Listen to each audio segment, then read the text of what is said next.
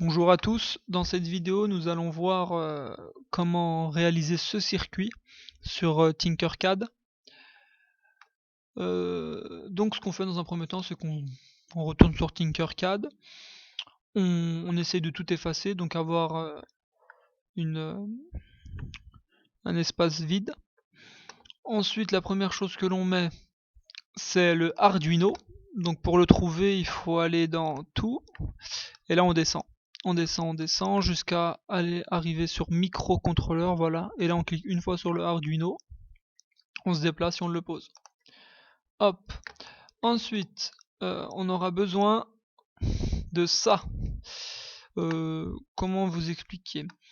Ça, c'est ce qu'on appelle une platine d'essai. Et c'est sur cette platine d'essai qu'on va faire nos différents branchements. D'accord? Donc on va la mettre là, plutôt, ou là. Hop. On va essayer d'organiser ça. Non.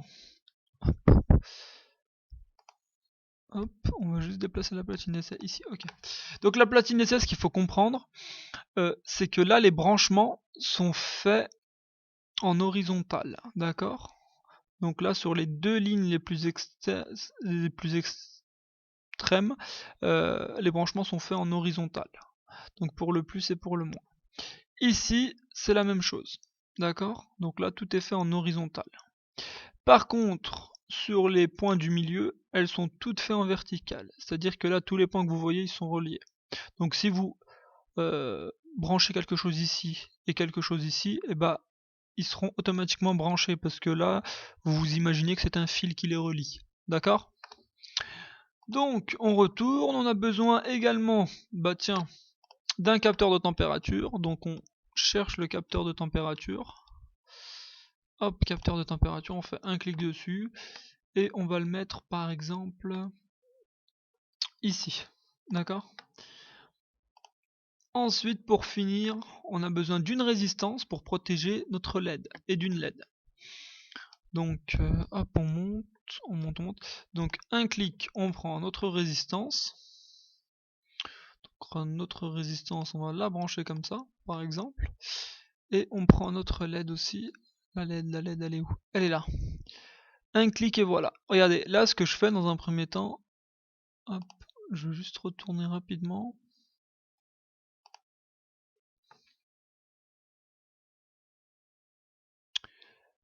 Hop, la LED, je la pose comme ça.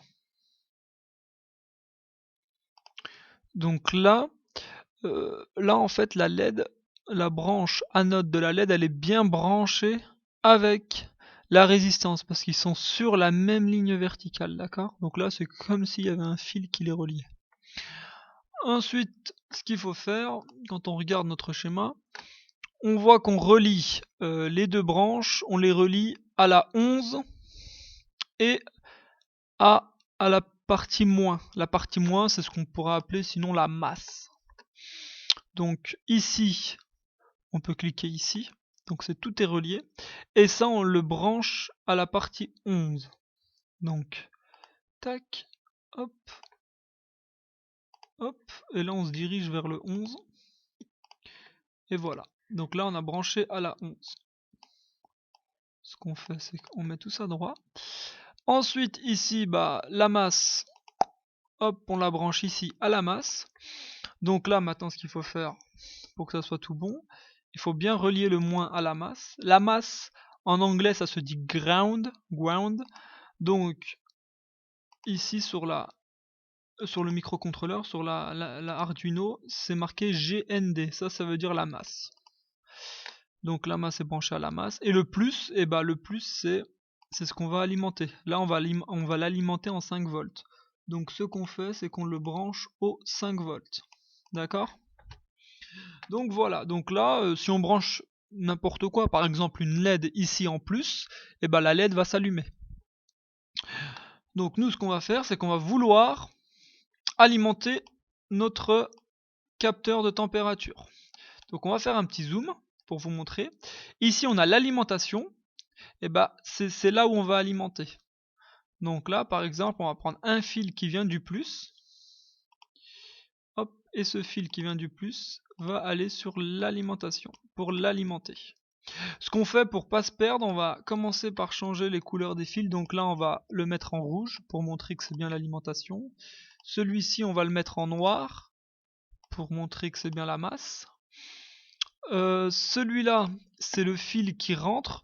On va même le mettre en rouge parce que c'est par le microcontrôleur, par un programme, en fait, on va pouvoir euh, acheminer du courant par la branche numéro 11. Donc on peut le mettre en rouge. D'accord? Et là, on va le mettre en noir parce que lui, il est branché, hop, comme on peut voir, à la masse. Mais là, on remarque un truc, c'est qu'il manque une liaison. On voit que là, le fil, il vient par là, il est alimenté. Tout ça, c'est relié, donc hop, ça vient à la résistance. De cette branche de la résistance à celle-ci, c'est branché. Ici, c'est branché. Hop, ça rentre dans la LED, ça ressort. Sauf que là, on arrive là. Et là, il faut arriver là. Donc, il manque cette petite liaison encore. Et hop, elle est faite. D'accord? Donc, cette petite liaison, on peut même la mettre en noir pour dire que c'est la partie qui se dirige vers la masse.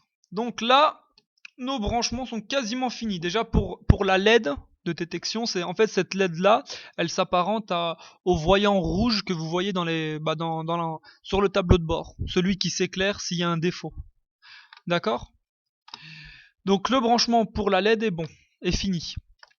Maintenant, on va passer au branchement pour le capteur de température. Donc là, c'est l'alimentation. Là maintenant c'est la prise terre. La prise terre en anglais c'est ground comme je l'ai dit. Donc ce qu'on fait, c'est qu'on va directement ici sur la partie noire. Parce que la partie noire en fait c'est la masse. C'est la prise terre, c'est le ground, on peut l'appeler un peu d'une manière différente, que ce soit en anglais, en français, d'accord, ou en termes plus techniques, donc la masse. Donc là, on a bien alimenté notre capteur de température. Mais maintenant, nous, ce qui nous intéresse, ce qu'on va faire, c'est qu'on va changer les couleurs. Donc ici, c'est l'alimentation. Donc c'est bien en rouge. Pour pas se perdre, toujours mettre les couleurs. Hop, ici, c'est le noir. Parce que ça se dirige vers la prise terre. C'est la prise terre, ça se dirige vers la masse. Donc là, ce qui nous reste à faire sur notre capteur de température, c'est récupérer les informations.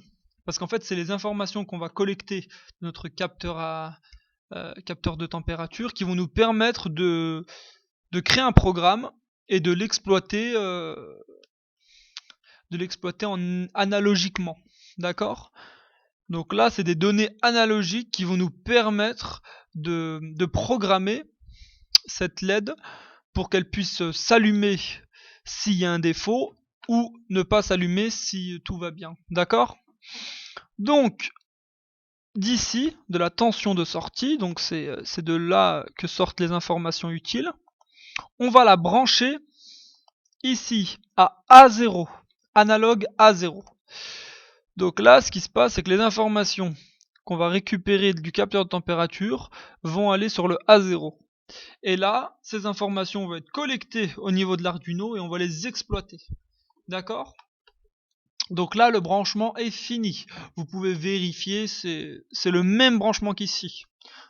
D'accord? Vous pouvez vérifier, c'est exactement la même chose, sauf qu'il n'y a pas la même disposition. Ok?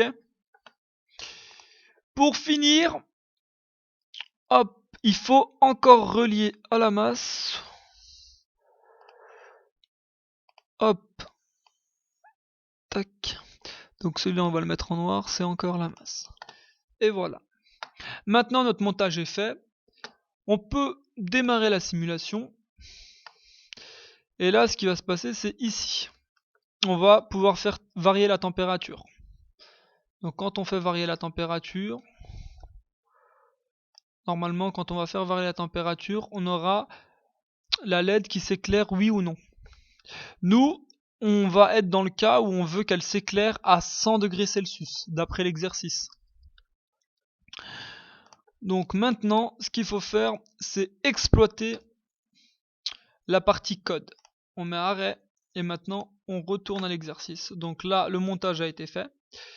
À présent, on nous dit on se place dans le cas d'une voiture indiquant une surchauffe du moteur pour une température dépassant les 100 degrés Celsius. Dans l'onglet code, donc celui-ci, recopier le programme suivant. Donc là, on va recopier ce programme. Ok? Donc on y va, hop, on appuie sur l'onglet code. Là normalement vous allez arriver sur ça. Nous ce qui nous intéresse c'est seulement la partie texte. On met continuer. Donc on arrive ici. Ce qu'on peut faire c'est, moi je vais tout effacer parce que j'ai déjà mon code qui est copié. Et dans tout ce code là je vais supprimer 2-3 choses. Hop hop hop. Digital, grade. Ok. Donc il y a juste cette partie là qui m'intéresse pas. Mais sinon, hop, le reste, c'est exactement le programme que je vous donne et que je vous demande de recopier. Il y a juste une chose qu'il faut changer, c'est là, c'est 11, et nous on a mis 13. Donc là, je vais mettre 11. Maintenant, ce qu'on fait, c'est qu'on lance le programme. Et là, ce qu'on va faire, en fait, l'utilité de ce programme, c'est juste d'ouvrir là en bas le moniteur série. Et là, on voit une valeur à chaque fois qui s'affiche. Vous remarquez pas, mais par exemple, si je change au niveau du capteur de température, si je change la température, hop, une nouvelle valeur s'affiche, d'accord? Et en fait, cette valeur-là qui varie, eh ben, nous, on la récolte par l'intermédiaire de ce fil-là, qui va à 0. Et donc, en fonction de la température, on voit que la valeur change. Et nous, on veut maintenant se concentrer sur la température de 100 degrés Celsius. Et on va voir qu'à 100 degrés Celsius, on a une valeur de 309, ici au niveau du moniteur série. Donc maintenant, là c'est bon, hop, on peut arrêter. On retourne. Ici, je vous pose la question, en faisant varier la température jusqu'à avoir 100 degrés, c'est ce qu'on a fait, déterminer la valeur correspondante dans le moniteur série. Donc c'est la valeur qu'on a vu s'afficher lorsqu'on a mis 100 degrés Celsius. D'accord, donc je vous laisse répondre. Ensuite, juste en bas, afin d'automatiser le détecteur, donc là on veut automatiser les choses, hein, il faut rajouter au code précédent une étape. Et l'étape, on peut voir, par rapport au code précédent, la seule chose qui se rajoute, c'est le if valeur sur A0 supérieure à 309, digital, white, bref, ça s'ajoute de if jusqu'ici. Et là, c'est la même chose.